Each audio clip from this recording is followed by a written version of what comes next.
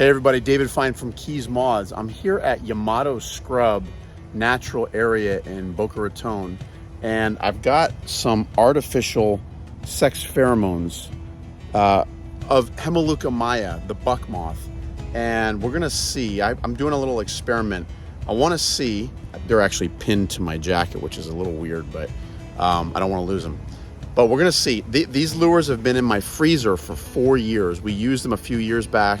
Jim Trowbridge helped me discover the sex pheromone thing for attracting male buck moths. And in this very park in Yamato Scrub, we saw tons of them. And a couple years ago, I came here on a permitted caterpillar hunt to try and see, there was a project to see the variation of the different populations of buck moths. So we got some permits to come and get some caterpillars. And this place there was thousands and thousands of caterpillars. That's probably more in February. This is beginning of January. But here we are, we're in Yamato Scrub. We're gonna see if they're here. We're gonna see if they, how long does it take for a buck moth male to find this artificial sex pheromone and come to the lure? We're gonna try and time it and see how long it takes. It's interesting, gopher tortoises are here, but we actually have to put a sign on the trail that says, I don't swim, don't put me in the water. So we actually have to protect the animals from people that are trying to help the animals. And so now it's good-hearted, but a lot of people will see a tortoise, apparently, think, oh, it's out of the water, think it's a turtle. Well, it's kind of a turtle, but it's tortoise, different. Land turtle, not a water turtle. They'll pick the turtle up, put it in the water to hopefully try and get it back to its home, and they don't swim. That's not a bueno thing. Don't touch gopher tortoises, they're protected. Let's go see if we can find some moths. All right, guys, in a previous video, you saw that my little pheromone lure that's 4 years old from my freezer still attracts Melucca maya buck moth males after 4 years of sitting in my freezer, which is cool. And these males were burning some mad energy trying to find the girl that they smelled, but all they found was my decoy. And so what I did was I moved. I walked probably a couple hundred yards, and I'm in a new area, new spot. And what I'm gonna do, I'm gonna put these lures down on the ground, and we're just gonna sit and watch, and we're gonna see how long does it take before a male finds it, guys. So the clock's ticking right now. We're gonna start setting this up, and we're gonna see how long it takes for the males to find this lure, okay? Clock starts right now. Okay, so I have a little decoy here. Clock is starting, because I've got my lures sitting here on my coat jacket thing here. And what I'm gonna do is I'm gonna put my decoy down on the ground right there. It's an old male. It's actually a male. But I'm going to pin the lure right here. Actually, I'm going to pin both of them to make sure I give as much scent as possible to our decoy. Now, guys, what we're going to do is we are going to just watch and wait, and we're going to see how long it takes before an individual comes in. We'll try and give some narrative, but I think this is a pretty cool little experiment. Our little decoy is right there on the ground. I'm actually gonna back up so that I'm not disturbing any of the males that might smell it and come this way. I have a feeling it won't take too long. This area is loaded with scrub oak. There are scrub oak trees all over the place. And this very area 2 years ago is where I came in on a permit and found hundreds and hundreds of caterpillars. I'm actually going to not look at the camera on purpose. I'm actually going to be looking around as I talk to make sure that I'm seeing these things as they come in. But guys, one cool, interesting thing about buck moths, and there's many species of insects have high degrees of parasitization. That's a tough word. They have a lot of parasites. Comment down below, what is the proper word? Paratization, I think. And what we found is, I collected 200 caterpillars under this permit, and I think 75% of them had some sort of parasitoid in them. So there was arachnid wasps, there were small tachinid flies, and then there was this big, nasty, hairy-looking, terrible fly that was kept coming out of my buck moth pupa. And you know, like, we got all these caterpillars, we fed them all this oak, we spent all this time feeding these caterpillars, getting stung because the caterpillars are actually stinging, have stinging spines, urticating hairs, and get them all the pupa, and one by one the pupa start popping open and flies are coming out of the pupa. So it was very discouraging, but it was very interesting scientifically to see just how many of these things that go through these population explosions once a year. Almost every butterfly, every moth species that has population explosions, like the buck moth, they have a lot of parasites that keep those populations in check. And so there's no shortage of fly parasites here. And the funny thing is, that big nasty fly, it's like a half inch. It's a huge, hairy, ugly fly that kept coming out of these things. In all the times I've lived in South Florida, 44 years I've lived in South Florida, I've never seen one of those flies anywhere else except from the pupa that I have in my container. So, which is very interesting. That shows you that these things are not attracted to lights. They're not attracted to flowers. They have one mission: hunt down a caterpillar, lay eggs, go through their life cycle, emerge, mate, and then the whole thing starts all over, and then they die, and that's it. That's all their purpose is. And so, guys, it's been about 4 minutes, and there has been no activity to my pheromone yet, which is kind of interesting. We've got a little bit of a breeze. It's about 67 degrees out right now, late January, where it's overcast. There's a little tiny bit of a drizzly rain that keeps coming down.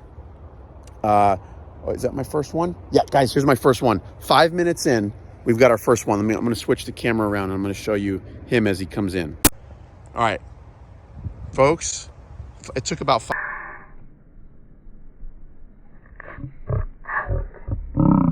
5 minutes. There he goes. He's looking for the girl. My decoy is right there on the dirt. I'm going to zoom back out, because he's going to keep flying in, guys. Took 5 minutes for the first suitor to fly this way. I have a hunch that if it was warmer out and conditions were a little bit more favorable, that it might be a little bit more of a faster thing with more individuals. But I can see him, he's floating around out here. But you got to understand, the chemical, these little plastic things are doused in a chemical that's similar to the artificial sex pheromone of the moth.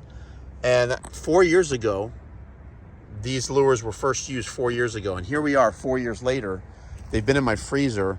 You know, how much of that chemical is going into the air? Little tiny molecules, literally molecules, are going airborne. And the wind is carrying the molecules. Actually, the wind is going this way right now. Actually, I lied. Wind is coming from this direction going this way. So any moth that would be in that vicinity would just be catching very, very slight chemical traces with their big fuzzy antenna. And those antennas are designed to grasp or be very sensitive to those chemical stimuli, and they'll follow it. And I've heard reports that a moth can smell the pheromone or sense the pheromone from up to a quarter of a mile away. So that's a long distance that they can actually track the female pheromone and find it. But there has to be enough of the chemical coming off of that lure to actually make a trail in the air for the moth to find. And that might be difficult, especially if it's very windy. they might not be able to have a consistent enough stream of those chemical molecules in order to narrow down where the source of the chemical pheromone is coming from. So that's why I kind of came off the path a little bit. I've got a little bit of coverage here, which is like a wind block. So that hopefully that's enough of a wind block to make the chemical, you know, the chemical is gonna come off that lure, and it's gonna slowly drift away. But hopefully that's enough wind block where you know, it's concentrated enough to be able to attract some moths. The first spot I went, which is in the previous video, it seemed to be a lot quicker. So I think I must have picked a better spot. They were able to find, oh, there's another one. A moth just flew up out of the woods there, came this way and went over that tree and then just flew back around that way. He's very confused. So, you know, I don't know what percentage of that chemical is already deteriorated or yeah, has that chemical broken down after 4 years sitting in a freezer. Has the chemical molecules of this sex pheromone broken down? And what is the chemical integrity of this pheromone lure? I don't know. I don't know the answer to that. I know it does work well enough to attract some because we already had some in a previous video. And we just saw a couple come in. We saw video evidence of that. Oh, look at this.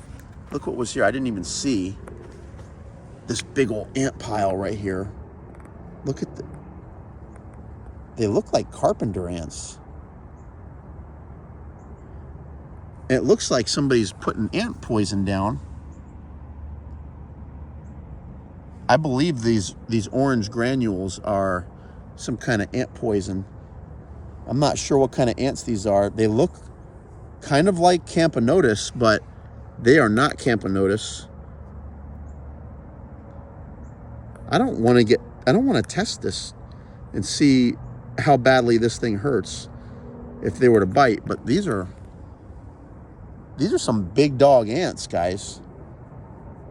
And this is right near my lure, so I might actually move because I don't want to test out and see how bad these ants hurt when they bite. So I'm actually going to move and try another spot. All right, I'm going to pick up my lures and my moth decoy. And what I'm going to do, I'm actually going to go a little bit further down this little trail right here. And I'm going to try and create a little bit better of a windbreak for me. Oh, these live oak or scrub oaks are tough. All right, so I'm coming through here. Okay, this little clearing looks good. It's a windbreak. Hopefully it breaks the wind enough where our lure can work.